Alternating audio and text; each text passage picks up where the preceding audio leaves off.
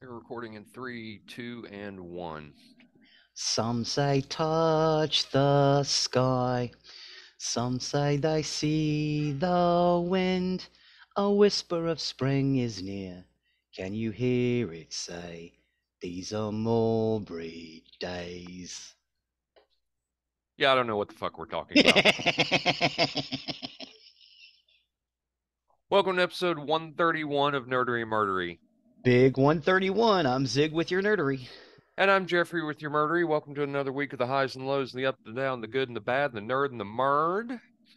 I know we're well past this when this episode comes out, but for us, it was just a week ago. Had a great New Year's weekend. I Yes. drove from South Texas back up to Dallas Fort Worth, and Mike from Two Geeks and a Microphone and his wife drove from St. Louis down to DFW to see the Cowboys game. We all got to get together. There's pictures out on our TikTok and YouTube that have been out there about it. That was really cool to meet Mike in person. I had a great time. It was a long weekend. I mean, Sunday I drove on New Year's Eve. I drove all the way back and then had to go to a dinner that night, but had a wonderful beef Wellington. I love beef Wellington. Beef Wellington. Yes, I love it. It was a really good dinner that we went to. Had to dress up for it. So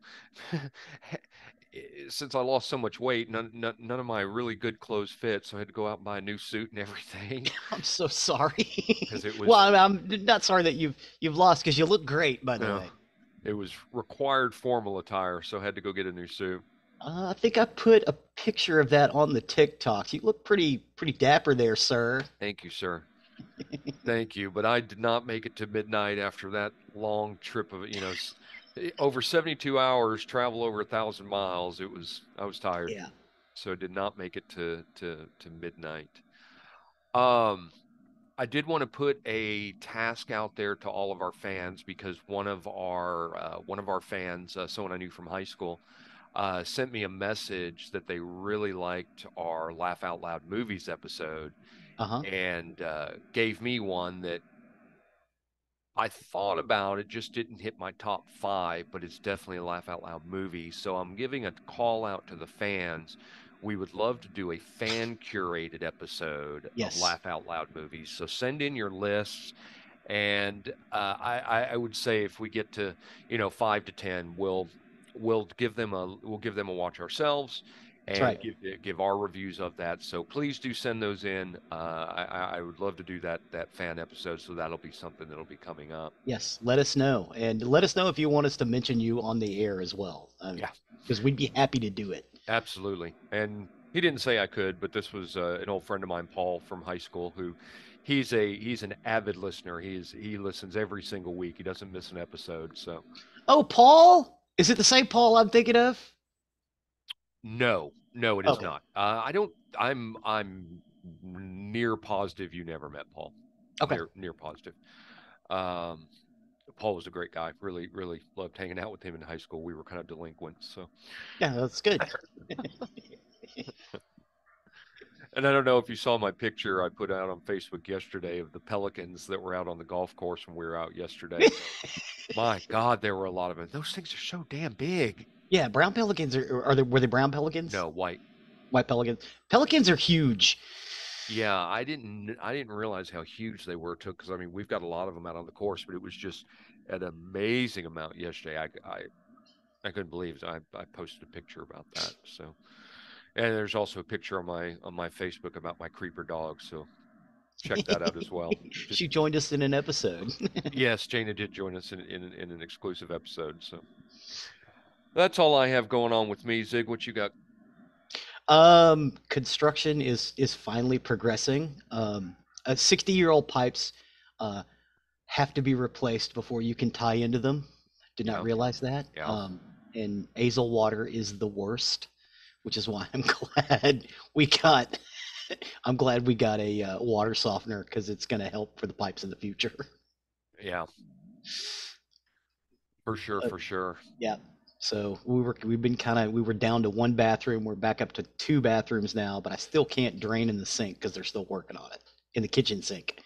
So hand washing dishes in a bathroom sink or in a kitchen sink with a bowl underneath it is not fun. No. but it's doable. Yeah. Well, cool. Well, Zig, why don't you take over on the nerdy side of the house? Excellent, excellent, excellent, excellent. Um, this is a British sitcom that ran on our local PBS station KERA several times. There's not a lot of episodes for it, but it is so poignant and beautiful and funny at the same time. I felt like we needed to talk about it. Oh, I missed this one. I'm Mulberry, not familiar with this one at all. oh, Mulberry is a fantasy sitcom written by John Esmond and Bob Larby that aired on BBC One in the early 90s. Mulberry ran for two series. The first series of 6 episodes ran from 24th February to 30th March 92, and the second series of 7 episodes ran from 8th of April to the 25th of May in 1993. A third series was planned, which would have concluded the story and wrap up the plot lines established in the first two series, but was canceled before production began. So 13 episodes in, and they were done. Um, the program stars Carl Howman as a mysterious Mulberry, a man who appears at the household of a cantankerous spinster, Rose Farnaby, and applied for a position as her manservant. Miss Farnaby's other staff, Bert and Alice Finch, are immediately suspicious, as the position for which Mulberry applied had not yet been advertised.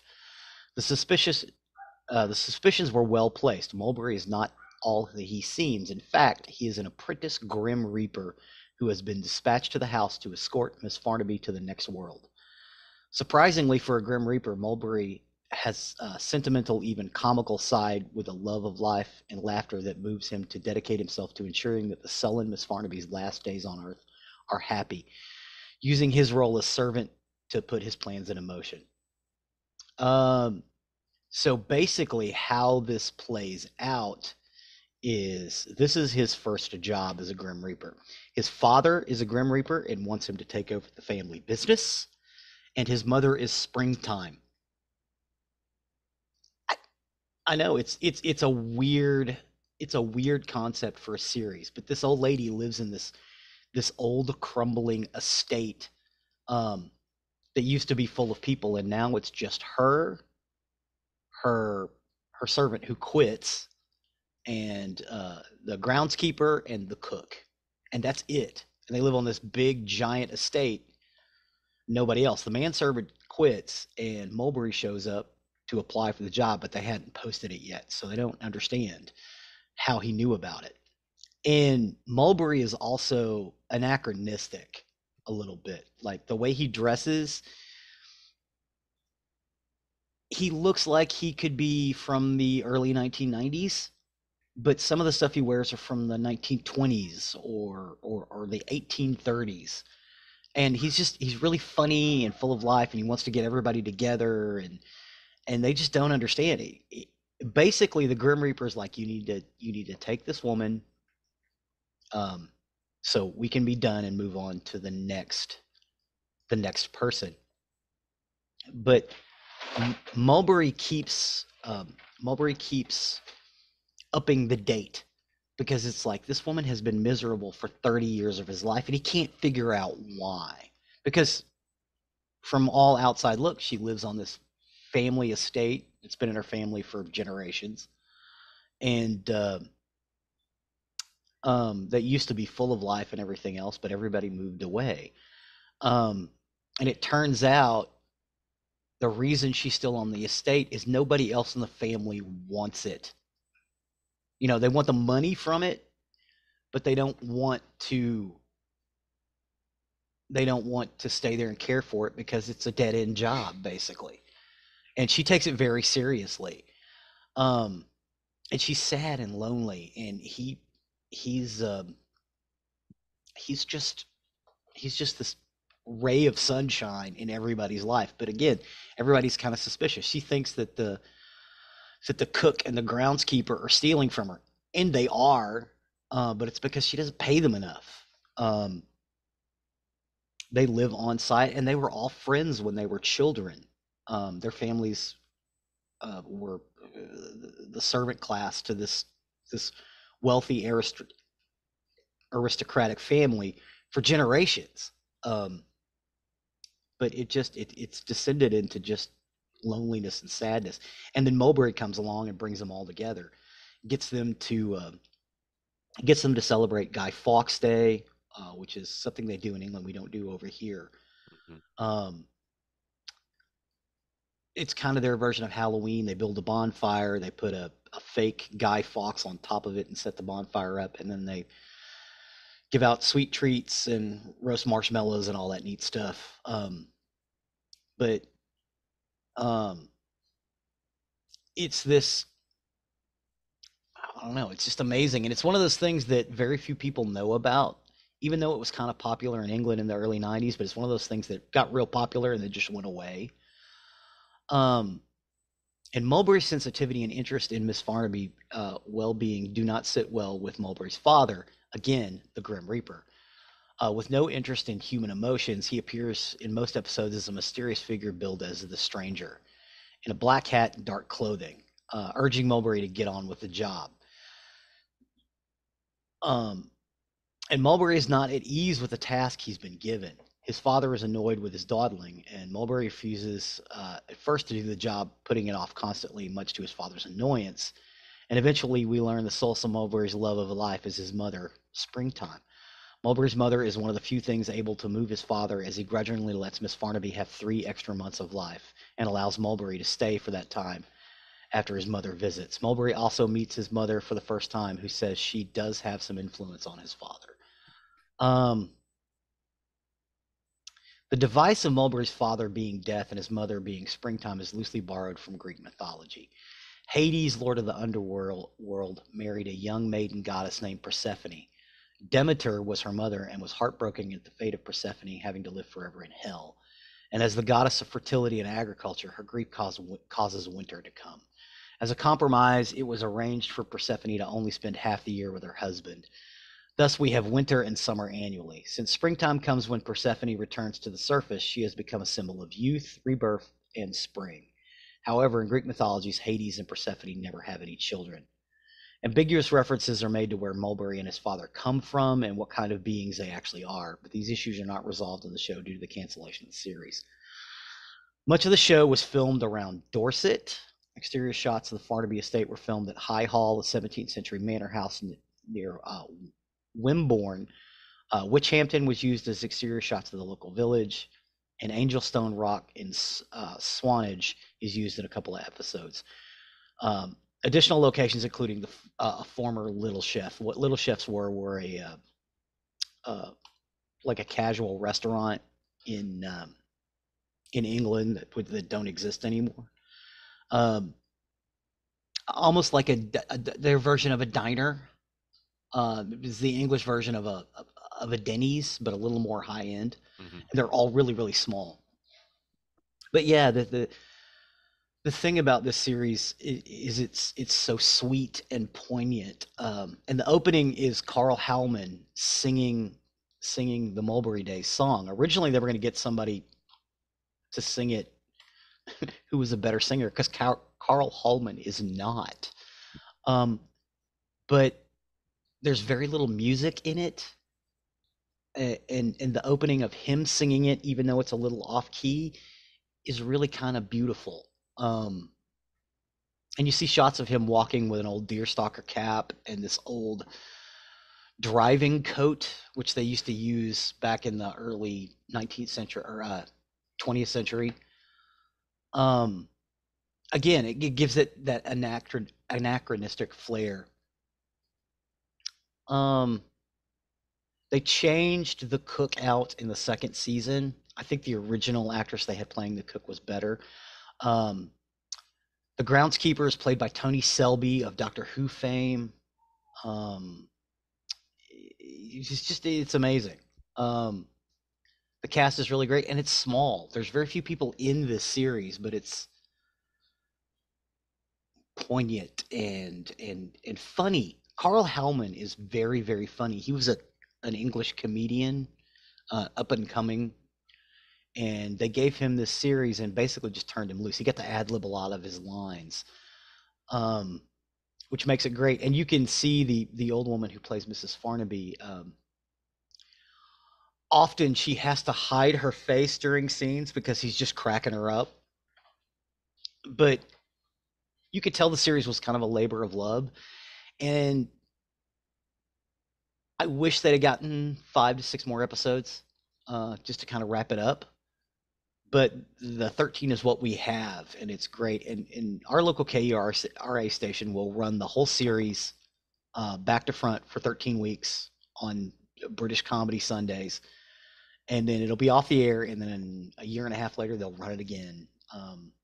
But it's one of those ones that's just beautiful, and the location shots they use, it's very, like the To the Manor Born.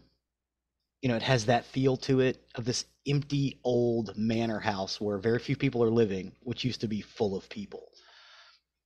It's lovely and beautiful, and if I would recommend anybody seeing it, I'm pretty sure you can get it on BritBox, and I want to say it's also on Tubi because I just watched it recently. I've also included several episodes in our YouTube playlist, so you can actually see it, including the theme song, which, you might agree with me, even though it's a little off key, it's beautiful and very fitting to the series. But yeah, there's not much on Mulberry because again, there was only 13 episodes, but it's one of those shows that every time it's on, I watch it, Hmm. or every time I catch it. I'm just surprised. As much as I loved watching British comedies on KERA, I'm surprised I never saw this You one. never caught Mulberry? Never even Yeah, and heard of because it.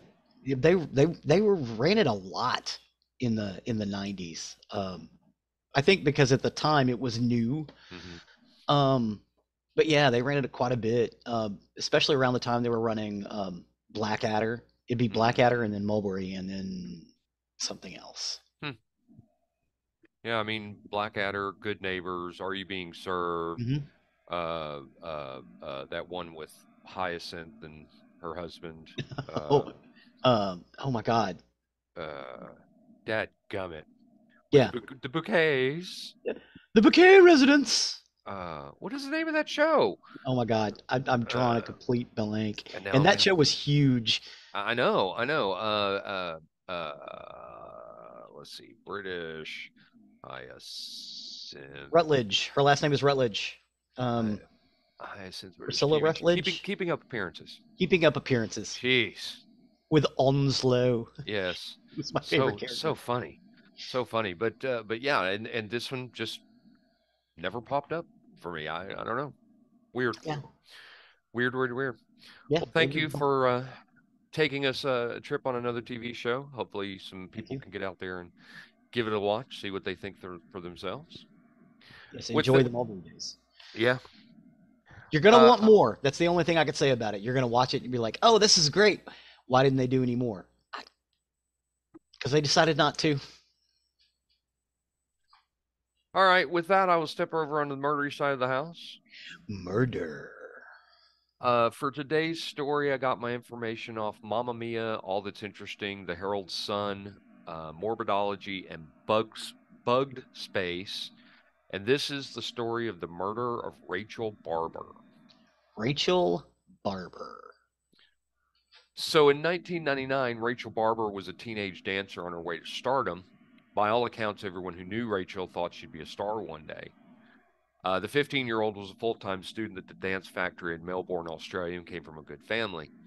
She had dreams and ambitions of starring in musicals, her favorite of which was Chicago and Cats, which, side note, I hate Cats. I'm Um, not a big fan of Andrew Lloyd Webber. Never have been. I can't stand Cats. Can't stand Cats. But Oh, anyway, I want to say this. I like the music in Cats, but I don't like the show itself. I don't like the show. No, and I've seen it in person. I saw it at the Bass Hall with my mom. So she was popular and was in a steady relationship with a boy who went to the same school as her. She was beautiful, athletic, tall, and, quote, elfin featured with brilliant emerald eyes. Off the stage, Rachel was an unexpectedly shy teenager, especially with people she didn't know. Her mother, Elizabeth Barber, once said, quote, she wasn't interested in schoolwork, but had a talent for dancing. She had loving parents, Elizabeth and Michael Barber, two younger sisters, Heather and Ashley Rose, and a devoted boyfriend, Manny Carella. And the Barber family's babysitter, Caroline Reed Robertson, was very jealous of her. She was the Barber's trusted babysitter. Bum, bum, bum. Dumb. Caroline Robertson was 19 years old, and according to her, Rachel Barber was everything that she wasn't. She once wrote in her journal that Barber was strikingly attractive with very clear, pale skin and hypnotic green eyes. Meanwhile, she described herself as a pizza face with brown, oily hair and no coordination. Caroline had always felt dissatisfied with herself and often used derogatory terms to describe herself, such as loser, unwanted, dirty, obese, and funny in the head. She even created a self-portrait at 14 where she depicted herself negatively and continued adding similar negative comments to her subsequent portraits. She had always been an ostracized, nondescript type of girl, unfashionable, overweight, and with a depressed disposition. Caroline also wrote anguished letters to her estranged father expressing her deep discontent with her life and feeling worthless. In one letter she wrote, quote, "I feel like a troubled, tortured, lost soul that's been thrown into an alien environment full of angels." Wow. Caroline wormed her way into the Barber's world thanks to her younger sister being school friends with one of Rachel's younger sisters. It was through this relationship that Caroline would often babysit the Barber girls. During her time babysitting with the family, Caroline developed an odd obsession with Rachel. The infatuated Caroline once asked Michael and Elizabeth Barber if she could photograph their eldest daughter for a project she was working on. This project was a plot to murder. Good God. On the evening of February 28, 1999, Caroline called Rachel and told her that she could make $100 by participating in a psychological study the very next day. She told Rachel to come to her apartment and after her classes at the dance factory, but she warned the 15-year-old that she couldn't tell anyone about the study or she risked compromising the results. Rachel had no idea this offer was part of Caroline's premeditated and elaborate plan to lure the reserved and shy teen into her apartment in order to end her life. In an uncovered journal discovered in Caroline's apartment, she had detailed her plan, writing, quote, "On the way to dance school, say she can't tell anyone that she's meeting me as I'm not allowed to give the study results to anyone. Ethics, highly confidential, not even your boyfriend parent." So Rachel didn't tell anyone where she was going after school on March 1st or even that she had spoken with Caroline. She simply met up with Caroline, rode the tram to her apartment, and enjoyed a slice of pizza, according to Mamma Mia. Court documents later claimed that Rachel's pizza may have been drugged. Oh, Caroline, Mamma Mia was the pizza place. no, Mamma Mia was one of the articles I got this from. Oh, okay. Oh, okay. I'm with you now. I'm sorry. No worries. Caroline told Rachel they would begin the study by meditating and thinking about happy and pleasant things. As Rachel closed her eyes and relaxed, Caroline wrapped a telephone cord around her neck and strangled her to death. Good God. Caroline then shoved Rachel's body into a wardrobe with the telephone cord still wrapped around her neck, where it stayed for several days. The body was still there when Caroline closed the door to discourage her father from entering the room on one occasion when he visited her after hearing she was sick in the days following the murder. Later, she wrapped the corpse in 2 rugs, stuffed it into an army bag, and hired a taxi to help her move a, quote, statue to her father's property. They traveled to her father's Kilmore farm, where she buried the clothed body in a pet cemetery amid a clutch of trees near a dam strangely close to her pet cat's grave. Meanwhile, police were frantically searching for Rachel. Her family had reported her missing after she failed to return home from school on March 1st, but since she hadn't told anyone about her conversation with Caroline, investigators weren't sure where to start.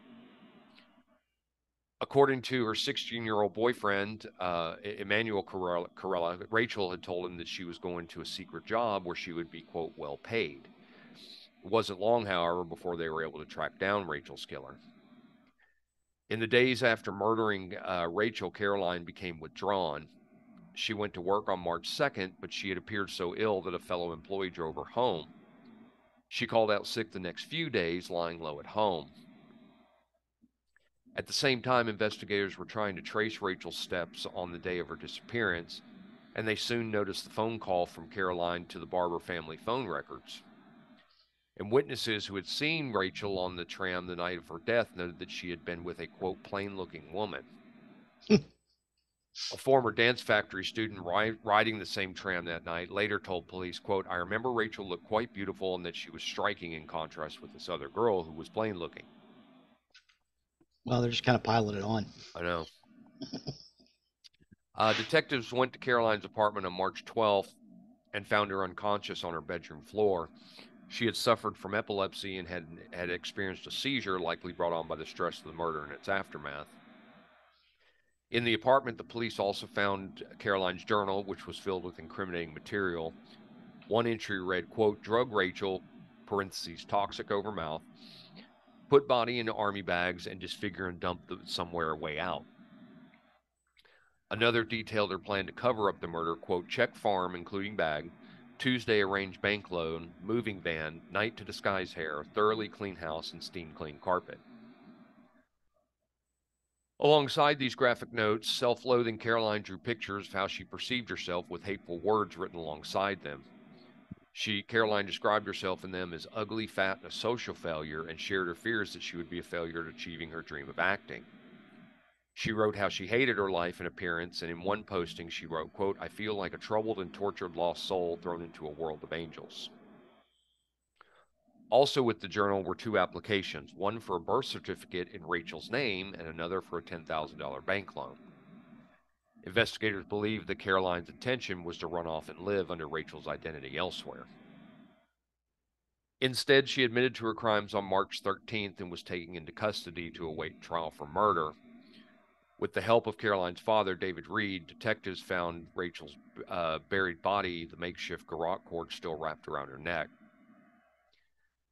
Caroline answered no questions put to her during a record of interview and was charged with murder. Evidence came to light suggesting she had planned to take on Rachel's persona and flee Victoria using the alias Jem Southall, who was a character she described in her writings as a 16-year-old, quote, total revhead. Southall was Elizabeth Barber's maiden surname, Rachel's mother. Mhm. Caroline's writings revealed how she had profiled Rachel as a, quote, white picket fence, which was a symbol of perfect purity. Quote, Rachel was always wild, let run barefoot in the country, began dating very young. Very talented at classical ballet, rebelled and gave up a few times, tried modeling, dropped out of school early year 9, began new dance school, strikingly attractive dancer's body, very clear pale skin, hypnotic green eyes, dyed hair, lots of different colors. In October of 2000, Caroline was sentenced to 20 years in prison for Rachel's murder. During the court appearance, Caroline described herself as an unhappy and friendless nobody who wanted to be somebody else, who was somebody better. She had become obsessed with Rachel because she felt as though she was the embodiment of pure and everything that she had wished to be. During the court hearing, forensic psychiatrist Justine Barry Walsh said that Caroline was, quote, profoundly disturbed when she murdered Rachel, but was not legally insane. She said, quote, it is possible that she thought she could somehow reinvent herself in the image of the victim. Prosecutor Jeremy Rapke said that the motive was Caroline's obsession with Rachel, her jealousy of her attractiveness, popularity, and success, and perhaps a desire on her part to emulate the success of a younger person with whom she had become infatuated. Judge Frank Vincent noted Caroline's, quote, abnormal, almost obsessional interest in Rachel and stated, quote, I find the deliberation and malevolence which you acted extremely disturbing. Judge Vincent told Caroline at the sentencing that Rachel was, quote, was vulnerable to such an approach as you were known to her as a family friend and one-time babysitter, whose motive she would have never expected. You are motivated by envy of Rachel's beauty and her personality, and above all, I am satisfied because you believe she would be likely to have a happy and successful life of a kind you anticipated and you would never experience. The prosecutor cited Caroline's infatuation with Rachel as the motive for murder. He said, quote, it does seem likely that the motive is to be found in the accused's obsession and her jealousy of Rachel's attractiveness, popularity, and success. Again, Caroline had never been popular. She as we had spoken before, she struggled with low self-esteem. She reportedly once painted a portrait of herself that was completely black. by trying to, quote, magically reinvent herself in Rachel's image, as the forensic psychiatrist put it. Caroline perhaps thought she could become as successful and beloved as Rachel had been.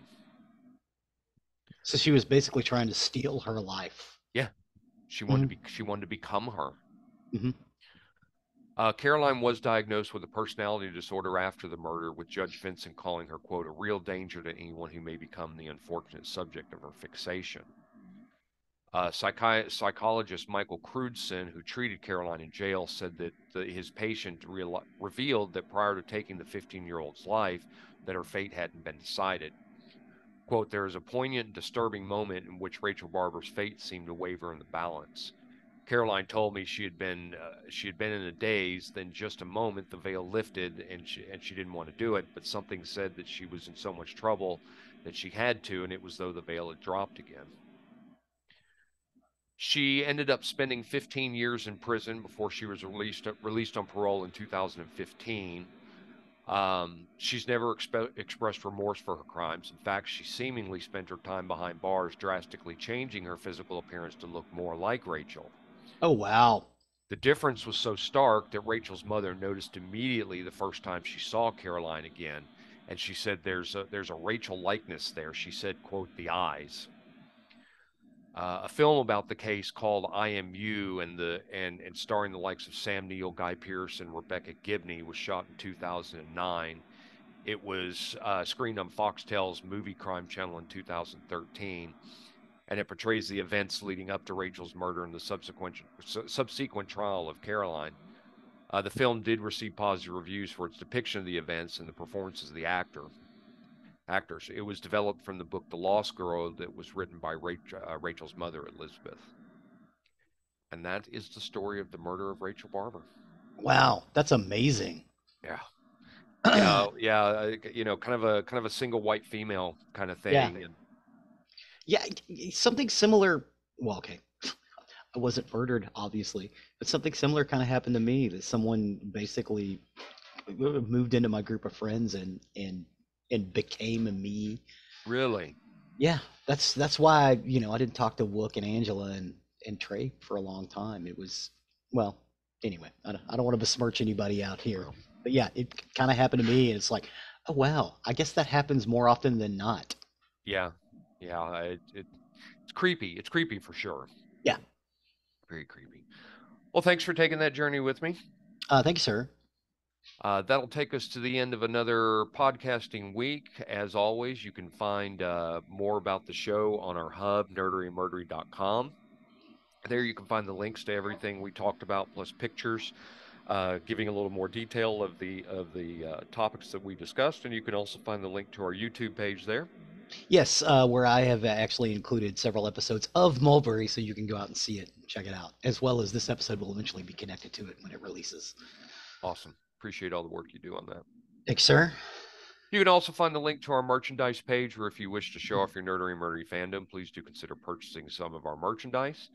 That, along with our Patreon, our patrons do help with the costs that are associated with the show. They don't go to pay for our extravagant vacations, Lamborghinis, or houses. They do go to keeping us on the air. So please do consider purchasing merchandise or becoming a patron. Please and thank you. Please and thank you. And last but not least, please don't forget to leave a 5-star review wherever you can. It really helps us, helps others find our content that may be looking for the topics that we're discussing. So with that, I have been Zig with your nerdery. and I'm Geoffrey with your Murdery. Cue the music.